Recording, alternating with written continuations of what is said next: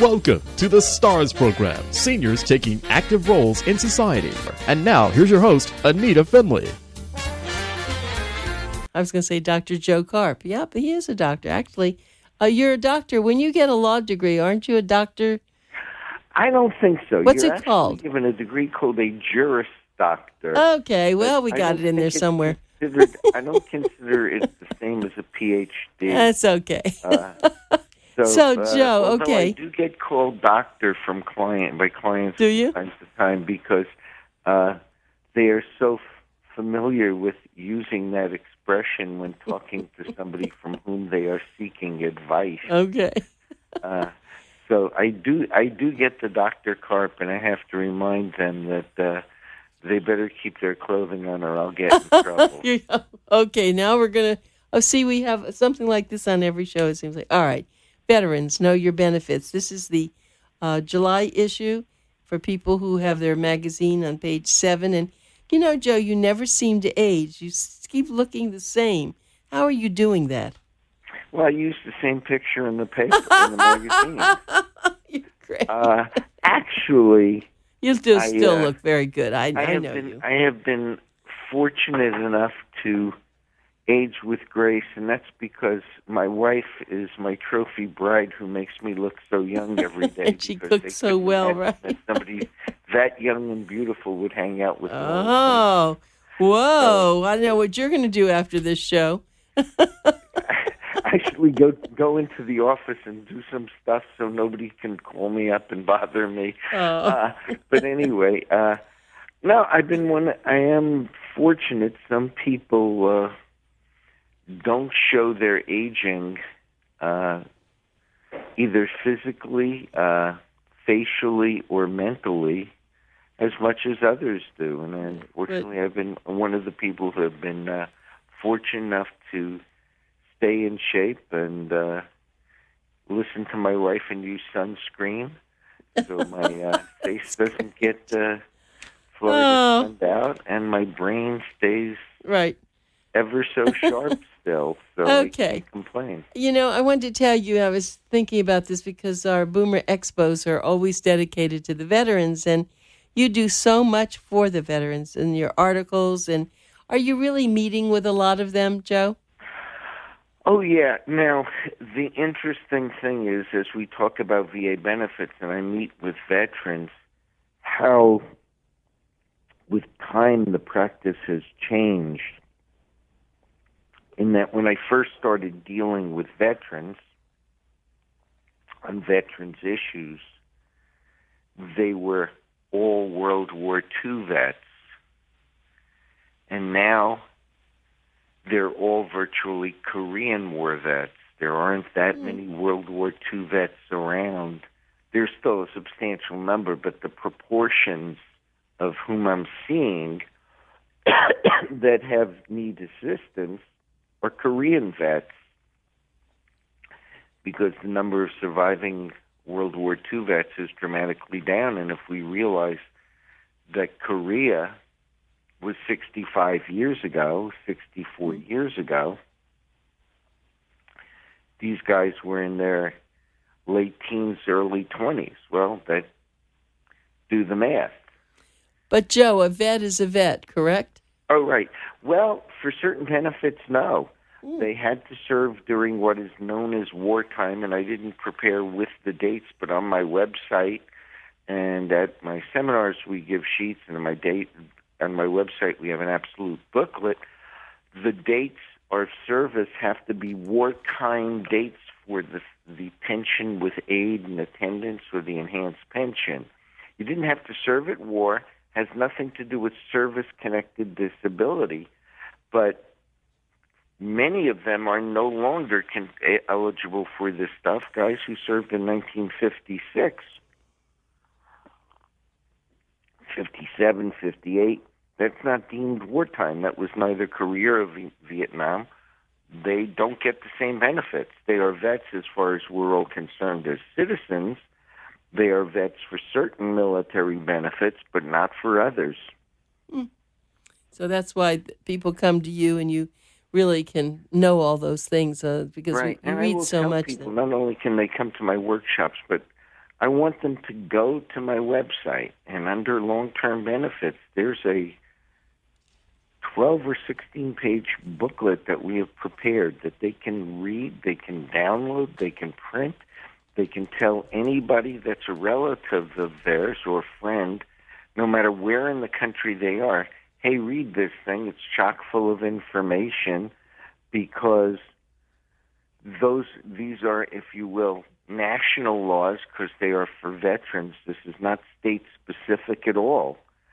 So if they go to karplaw.com, they can get the booklet, get the dates, and we can talk about the benefits a bit, but they can actually figure out how to calculate the benefits. They can understand it more fully, and they can share it with their loved ones. Well, that's why I think you said something that was very important, that we attend your seminars, and he has been so consistent. I have to say that Joe Karp has been providing seminars for probably 18 years or more. 1994 was the first one. Well, that's right. So it's been really amazing, and each one is better than the next. And even if you've been to his seminars before, I think they keep changing, so be sure to go. Let me give you some dates. We don't have any in July right now. We're talking about August. August the 4th on a Tuesday, up in Port St. Lucie from 1:30 to 4. And then in Boynton Beach, Wednesday, August the 5th from 1:30 to 4. That's at the Courtyard by Marriott. And then Thursday, August the 6th from 1:30 to 4, Palm Beach Gardens, Marriott. And I'm just going to give you his phone number in case you need to call the office for something. A lot of you listening have already been to Joe Karp. Maybe you need to change some things in your estate planning. But the phone number is 1-800-893-9911. 1-800-893-9911. And his website, as he said, to get on the website, is karplaw.com. That's KARPLAW.com. His phone number is one of the few phone numbers that I have in my wallet. Yes, I have it on my iPhone, but I have it in my wallet also. In the event something would happen, I trust Joe and his whole organization so much, and they'll call there and they'll take care of everything. Well, thank you. The people should know that we have an office in every one of, not in those hotels, but in every one of those locations. We've been there for buku years. We've been in Boynton about 15 years. We've been in Palm Beach Gardens over 20, and Port St. Lucie about 15 as well. So we have stability. We have staff when we do it, and it's very interesting.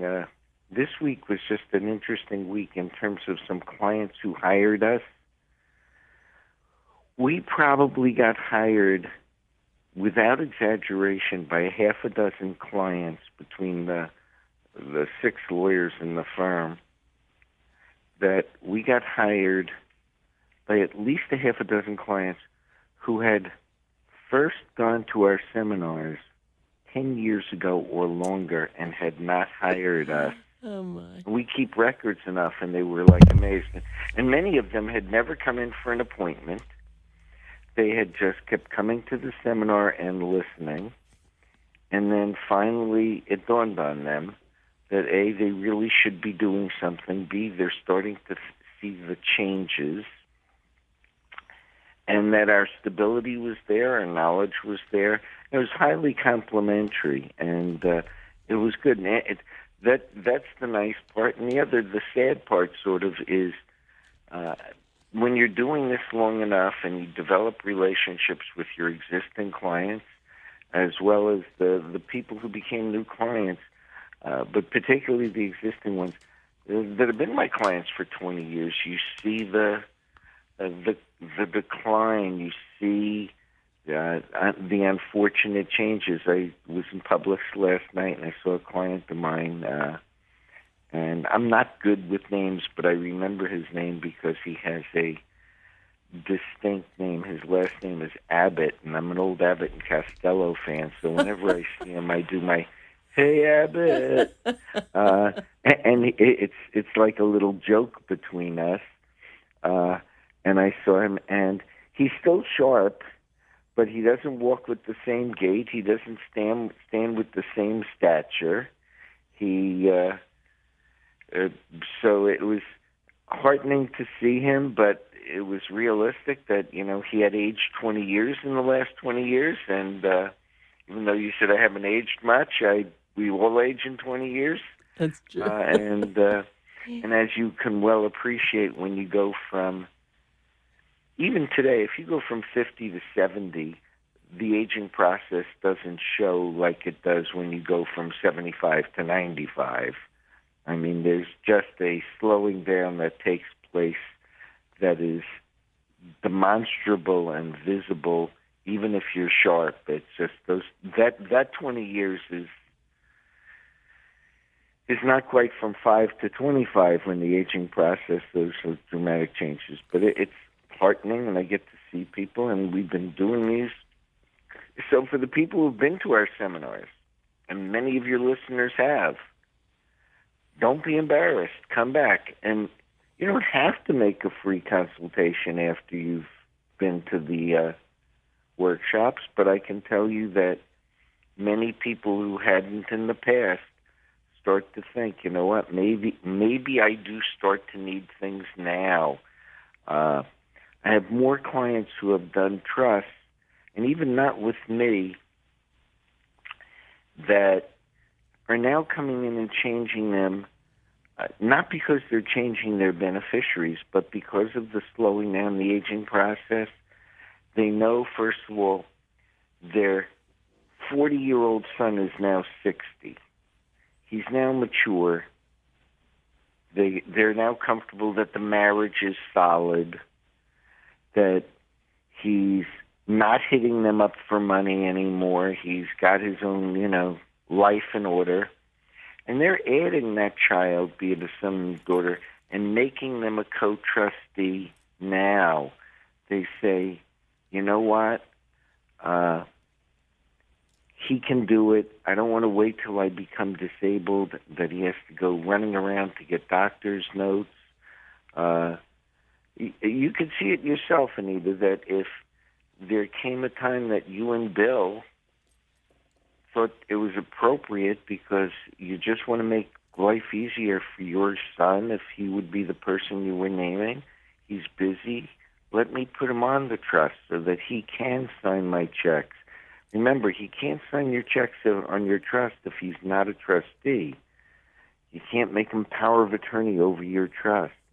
So they're doing some changes, and they're dealing with their new realities. And they just start, when they come in and they start to hear those things, they say, you're right. My trust is good. It leaves it's a very traditional, I've got a very healthy family. Everybody's good. And I mean healthy meaning mental health, because the physical health is a problem. But when we're dealing with all of the psychological and emotional issues, that's a problem. And all of a sudden they say, you know what? My daughter or my son is going to take over. Let them get on board now. Let them be educated as to my affairs. Let them get on as co-trustees. And sometimes you say, well, they're going to have to sign the papers. They're going to have to go eventually get the accounts retitled. And they say, oh, I don't want to put them through that work. I say, oh, I know when you want to put it through them. When you're in the hospital and you can no longer sign anything, and while they're trying to take care of your health, figure out who's going to be there to take care of you when you get home, or where you're going if you're not going home. That's when they're going to have to go get a doctor's note and run to the bank and run to the broker. Let's start to think about convenience. So it's always doing the planning, and some of the planning people forget, or that your life matures. And that's good too. So you're so right, Joe. That's a great scenario that you just were so bright on. Yes, people should be doing that, and I'm glad that people are realizing this now. But I wanted to ask you something. When you're in the service, and I don't know if you would even know this, but do they give you a life insurance policy? Or, I mean, what happens if you die, you're in the service, and you do have assets? Is it going to have to go to probate if you don't have a trust? If you're in the military service? Yes. probate has nothing to do with the military. Number one, I don't know whether the military has automatic life insurance for the serving servicemen. Obviously, like the horrible, disgusting incident in Chattanooga, these were men who will get death benefits because their families will, because they were killed in the line of duty. They were certainly in the firing line because they were servicemen. They weren't servicemen who were going out to dinner with their family and happened to be in the wrong place at the wrong time. These were servicemen serving their country at the time they were assassinated. And they will get some form of death benefit. They will get service-connected payments for their widows and children and all of that stuff. But probate has to do with how an asset passes from a decedent to a beneficiary. It doesn't matter who you are or whether you're in the service or not. It's still how will something go from a decedent to a beneficiary. So whether you're a serviceman or an octogenarian, if you have an account or an asset in your own name, like a house, like a lot in the west coast of Florida that you thought was going to end up being the gold mine that went all the way from $6,000 to $60,000 and is now worth $4,000, and I'm getting a lot of people coming in with that sad story. I should have sold it when the market was up. You know, if it's in your name alone, without a co-owner, joint with right of survivorship with my son, my daughter, my best friend, my neighbor, my husband, my wife, and it's not an asset with a beneficiary, bank account payable on death to my grandson, bank account in trust for my daughter, bank account joint with my daughter. If it's not going to pass automatically, that asset, except for a few certain assets, will go through the probate court because that's the only way the world will know that legal title is passing and who they should give the money to. And the mere fact that you have a will doesn't negate the probate. All that does is say who you want to get it. So you could be a 21, God forbid, any one of those soldiers that have an asset in their own name alone, that's going to go through probate. Now, there may be death benefits from the military for those guys from Chattanooga, and the deal with the military may say who gets it. It goes to your spouse automatically. It goes to your children, just like their wives and kids. There's at least one guy who had a wife and young kids. They'll get VA benefits as if they were shot in the war zone. They will get Social Security benefits because they are the widow and minor children of somebody who died. We're assuming they were eligible for Social Security and that they were in the system. But other than that, if the guy happened to have a bank account in his own name because it just was convenient, or he had it since he was single and forgot to add his wife's name, that's not going automatically to his wife. It has to go through the court system. Now, it's not the worst thing in the world. His death is the worst thing in the world, but it's one step that many people would rather have avoided. But as you can well appreciate, if your listeners can appreciate that their 45 and 50-year-old children don't want to discuss what happens when I die, very few 30-year-old guys think, I'm going to die, especially like the guys in Chattanooga who were not in the war zone. I mean, they were totally unsuspecting of their individual vulnerability to the degree that they would have been had they been in Afghanistan right now or in Iraq. But we're all vulnerable out there. Yeah, and of course you see so much of this. It's just the same thing, even though that was horrific and it was very unexpected. A lot of other people die unexpectedly who are your clients. All the time. I warn all of them. You know, most of my clients don't die because they got cancer and they were told you're going to be dying, you're getting cancer, and this is the process. Now, a number do clearly, but first of all, to all of your listeners, the sudden death syndrome in terms of he was okay or she was okay and then the following happened is still falling. Falling is the biggest enemy because it's always so sudden. We were out, he slipped or she fell or they fell downstairs or they fell in the house. And I told him to use the walker, but he was too macho to do it, or she was too embarrassed. It made her look old, she said, Get that all the time. So we do get a lot of people who die or get ill, and the death process is relatively quick. There's a lot of that, too, and it is sudden. I mean, obviously we have people who die the old-fashioned way, or the new-fashioned way, I guess, which is a long period of time of decline. But there's a lot of people who just go relatively quickly as a result of an episode. No. So you always got to be on your guard. Yeah, you are. And obviously the disability factor is even more sudden. So I have a question for you. I have to get some information on my life insurance and Bill's life insurance, and I don't seem to have anything on his life insurance. Should I just call the company and then just give him his name, and they should be able to give it to me, shouldn't they? Well, here is the answer. Almost yes. Oh, almost yes. Okay, and let me explain why. The way you phrased it. He should be able to call them. No, right. Yeah, I know. I They I may meant not that. give it. Well, this is important for your listeners. They may not give it to you without getting a copy of a power of attorney that says you're authorized to get that kind of information.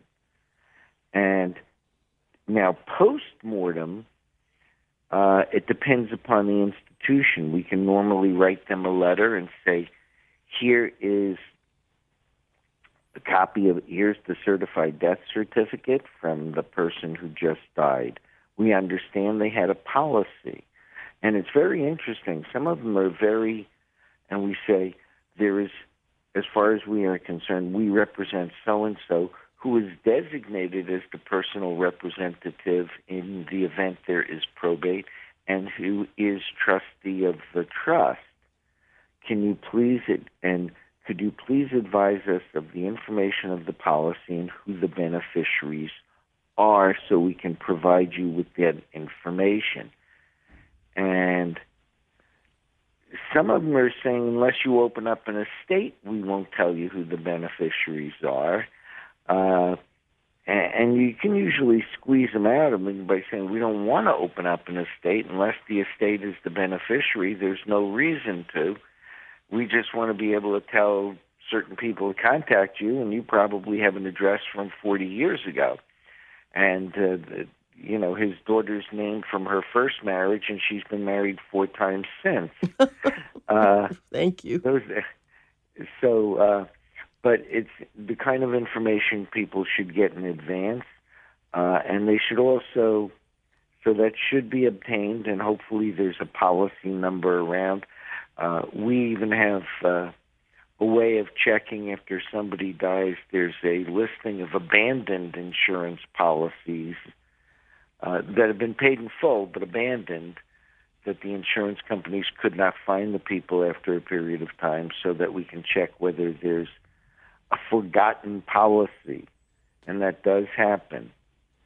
Just like there's unclaimed funds, there's unclaimed insurance policies, and the insurance companies are required to after a period of time, and since I don't represent insurance companies, I don't know how much time they have to list the stuff of these people so that the world can find out and file a claim. Joe, I think I just have time enough to go over your seminars again, which I'd love to do. And they're in August, which is very, very important. So August is almost here around the corner. I can hardly believe that. And Joe Karp, that's, if you want more information, go to Karp Law, which is KARP law.com, and you will really enjoy this. Now, what he does seminars all throughout South Florida. The one we'll talk about, we'll talk about each one. So the first one's Tuesday, August 4th, from 1:30 to 4 up at Port St. Lucie, the Holiday Inn. The next one's Wednesday, August the 5th, 1:30 to 4, Courtyard by Marriott in Boynton Beach. Thursday, August 6th, 1:30 to 4, at Palm Beach Gardens Marriott. And the phone number, if you do need information, is 1-800-893-9911. And Joe, it's just been absolutely wonderful being with you, and we'll talk to you again. Take care. Thank you, Joe. Bye-bye. Bye.